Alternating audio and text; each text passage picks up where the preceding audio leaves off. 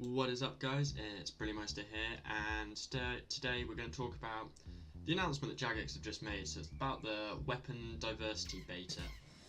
So they basically want to change the way that weapons work.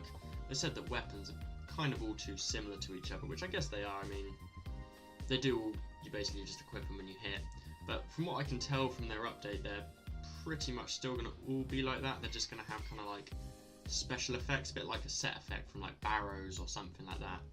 So they're kind of still going to perform the same. They're just going to have set effects, which I guess could be a good thing, but I think they'll probably just, unless they balance it really well, make even within the same tier, so like all tier 90 weapons, you might end up with some tier 90 weapons which are going to be better basically than others. So you'll end up with, I don't know, I think they'll make it so one weapon is very definitely the best in each kind of tier, rather than it being sort of balanced out like it is at the moment.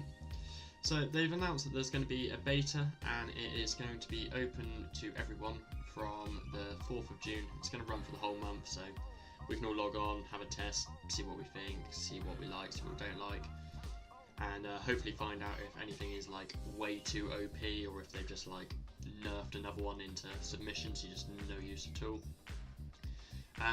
So I'm going to go through kind of the effects one by one now, see what they're going to be like, what I think of that, and then, yeah.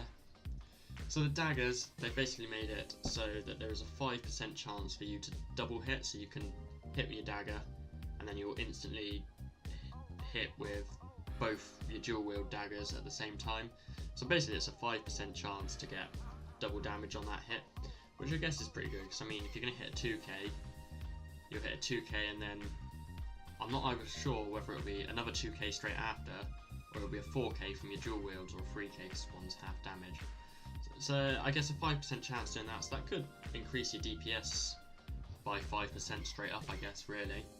So that could be quite a good one just for increasing damage, but there's not very many good high tier daggers around, so that's probably going to affect more like the mid tier stuff, unless they're going to add tier 90 or tier 92 daggers or something.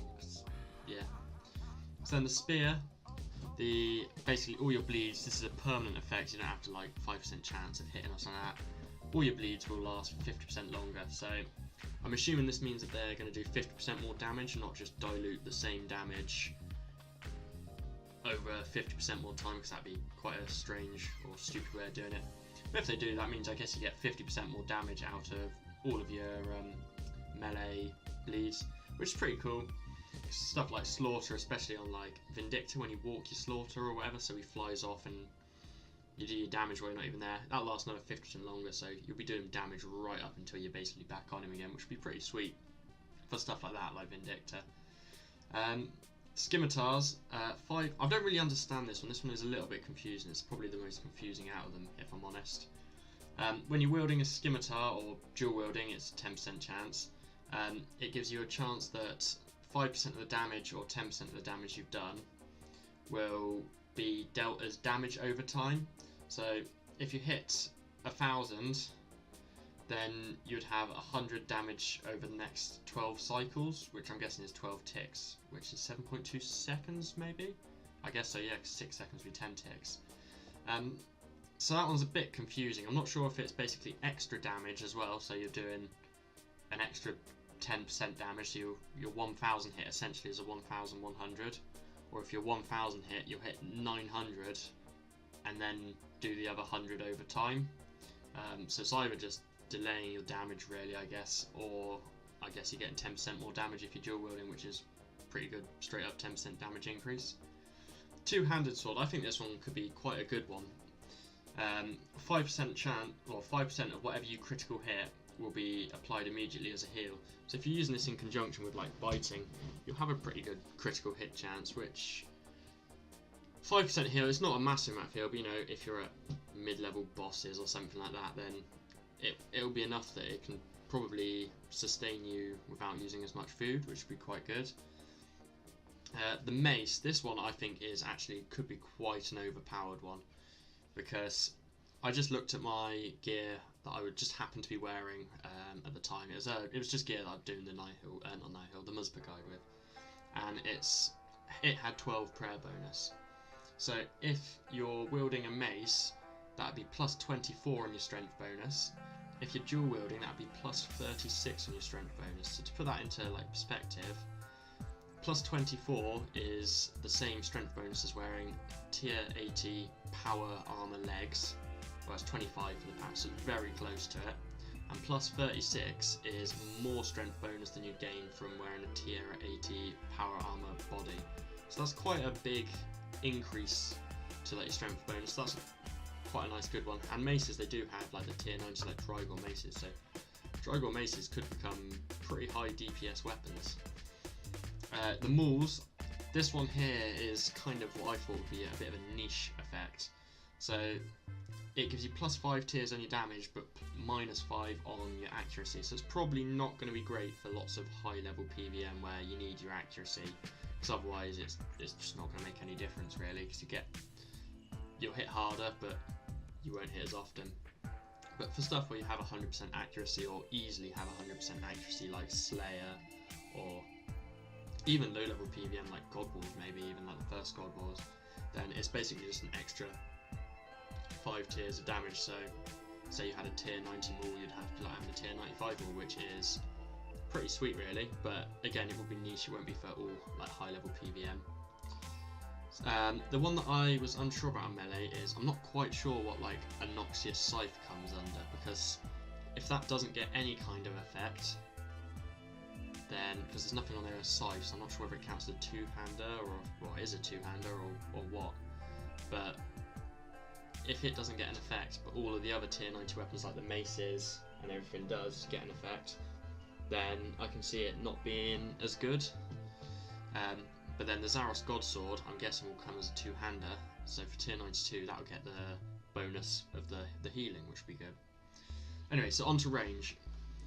So the short bows, they reckon that they're going to do more DPS when they're closer, so you'll start with getting 106% DPS, so that's a straight 6% increase on your damage, which is quite a decent amount really. But the further you get from your enemy, the less that is, so it's 1% less per tile. So if they're in melee distance, you do 6% more DPS. If they're at full range away from you, you're just doing your standard 100% DPS. So that one, that's pretty simple, it's just extra DPS depending on where you're standing. So if it's something you can be close to, sweet, more DPS. So the shield bows aren't really used anyway, and I mean, this ability, I guess it might make it worth putting a shield bow on when you're ranging rather than a shield. But yeah, you use 20% less adrenaline for defensive abilities. So I guess if you're going to be tanking and using range, then swap to a shield bow rather than a shield. But then some of the shields do still provide a better bonus for stuff like that, with some of the I've forgotten the name, invention perks on. I don't really do a lot of defensive abilities or PVM that requires lots of defensive abilities, so I'm not really the best person to talk about whether that one is actually worthwhile or not. All I know is at the moment, shield bows are pretty much useless. So the one-handed crossbow, you get a 2% chance whilst using a basic ability for you to use the same basic ability again, so you just double stack it, which I think would be pretty good, because imagine you just hit like a corruption shot off, and then you just instantly hit another corruption shot. That is a lot of like AoE damage to stuff for like Slayer and stuff, so I think that could be actually quite a good one. You don't generate adrenaline from the second cast of it, but you know, you're just getting the extra damage, which, if it is something when you're doing Slayer in a crowd and it's corruption shot or something that you double hit with, I mean, that's quite a lot of extra DPS, but there is only a 2% chance of it happening, so it's not the biggest chance in the world. Sorry, I have a little drink, I'm getting a bit of a dry throat from talking constantly. So with the two-handed crossbow, after you stand still for at least 3 seconds, you're going to gain a 5% accuracy buff. Doesn't have a timer, but if you move, it starts counting down from 5, but if you stand still again for 3 seconds, the buff is refreshed. So as long as you stand still between your movements, you should always be able to get that bonus. Some bosses, I don't think it'll be useful at, because you're going to be running around way too much. Like, I don't think next you'll particularly be able to get the bonus very often, because you'll be moving quite a lot. If you range your Axor, I mean, apart from dodging cleaves and stuff like that, but then you'll have time in between the abilities to stand still anyway and refresh it. I think that it could be useful there. You get 5% accuracy buff, which again is pretty sweet. So that would be just pretty much straight up 5% more DPS if you haven't got 100%, or if you're lower than 95% accuracy. Throwing knives, I think this one is not going to be very good, if I'm honest. I think this is basically a nerf on them. Not that many people use throwing knives, I don't think, really. But yeah, so it takes 0.6 of a second off the global cooldown. So instead of being 3 ticks global cooldown, it's only 2 ticks global cooldown. But you can have 5 levels less in your accuracy and 5 levels less in your damage. So you can do a lot less damage, be less accurate, but you will be able to use abilities quicker. But most of the time you're going to be waiting for the actual ability cooldown rather than the global cooldown. So I'm not sure if that one is the greatest you could get ever. And then throwing axes, you basically just gain double adrenaline, which I guess is pretty good, but then who uses throwing axes? So magic, this is the one that I personally think the mage ones seem a little bit unbalanced to each other. I feel like water is going to be a lot more underpowered than the other ones. So for example, air spells, whenever you hit, you get a stack, which lasts for 10 seconds. So as long as you hit more than once every 10 seconds, then you're going to constantly have a stack for 10% more armor. So you're basically just going to take 10% less damage, which that's quite a good just for using air spells. With the fire spells, you have a 5% chance when you hit something that you can hit combust, basically. So there's almost one of those for melee with the daggers. I can't remember what it was. One of the ones for range, and then this for magic, where you basically get a chance to hit a bleed at the same time, or double hit with it. So I think that would be quite a good one. Water spells, this is the one that I think is going to be quite underwhelming. Basically, when you kill something or hit the last hit with a water spell, there's a small globule dollop of water is going to be left behind on the ground, basically as a drop. And when you walk through it, you're going to heal 2% of their max health, which is, I mean, that's quite good. But if you're doing it for Slayer or something like that, it's going to involve a lot of running around to get that healing, and you don't always need that healing when you're doing something like Slayer.